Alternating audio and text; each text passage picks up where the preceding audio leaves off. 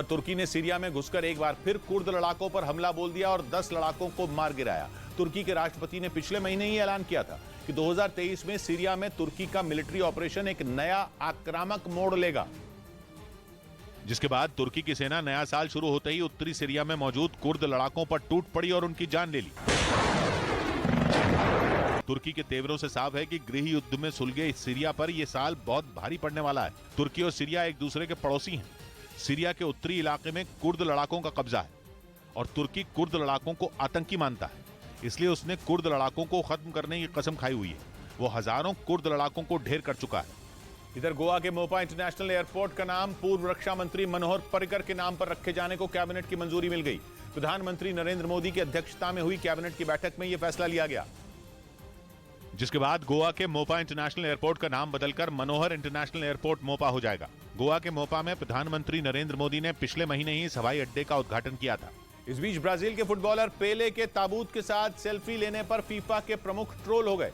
Social media पर लोगों ने उनकी जमकर आलोचना की, क्योंकि उन्होंने पेले की अंतिम विदाई के दौरान ही उनके ताबूत के साथ सेल्फी ले ली। ताबूत के साथ फीफा के प्रमुख जियानी इन्फेंटिनो की सेल्फी वाली तस्वीर सोशल मीडिया पर वायरल हो गई। कैंसर से जूझने के बाद पेले का पिछले हफ्ते 29 दिसंबर को निधन हुआ था।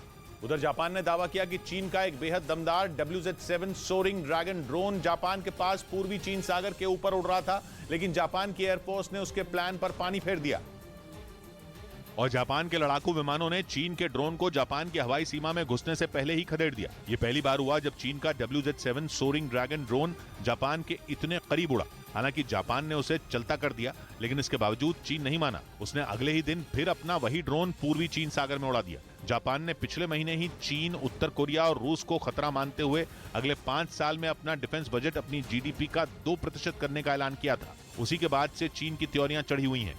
इधर पंजाब के जगरांव में आपसी रंजिश में एक शख्स की गोली मारकर हत्या कर दी गई। पुलिस ने बताया कि इस हत्याकांड को 2 लोगों ने अंजाम दिया, जिनकी तस्वीर जारी कर पुलिस ने तलाश भी तेज कर दी। पुलिस के मुताबिक मारे गए परमजीत सिंह नाम के शख्स को काफी करीब से 2 गोलियां मारी गई। इस घटना के बाद अर्श डल्ला नाम के गैंगस्टर ने एक फेसबुक पोस्ट के जरिए इस हत्याकांड की जिम्मेदारी ली और देर शाम इस घटना का एक CCTV वीडियो भी सामने आया, जिसमें 2 लोग परमजीत सिंह को गोली मारते दिखाई दिए। वीडियो में 2 बदमाश एक घर के अंदर दाखिल होते दिखाई दिए। जैसे ही परमजीत सिंह उनके पास पहुंचे, एक बदमाश ने उन पर ताबड़तोड़ फायरिंग कर दी। गोली लगते ही वो जमीन पर गिर गए। इसके बाद दोनों बदमाश वहां से फरार हो गए। गोली चलने की आवाज सुनकर घर की महिलाएं फौरन दौड़ती हुई बाहर निकली। घायल हालत में परमजीत को अस्पताल ले जाया गया, जहां उन्होंने दम तोड़ दिया। पुलिस के मुताबिक परमजीत सिंह को बदमाशों ने 4 गोलियां मारी थी और वारदात को अंजाम देने के लिए बदमाश कार से आए थे। पुलिस ने इस मामले में केस दर्ज कर लिया और CCTV वीडियो के आधार पर बदमाशों की पहचान करने में जुट गई। अपने ਜਿਹੜੇ ਸਾਡਾ टारगेट ਅਸੀਂ ਉਹਨੂੰ ਇਨਵੈਸਟੀਗੇਟ कर लिए ਤੇ ਜਿਵੇਂ हम क्लियर ਤੁਹਾਨੂੰ ਦੱਸ ਦਿੰਦੇ ਆ।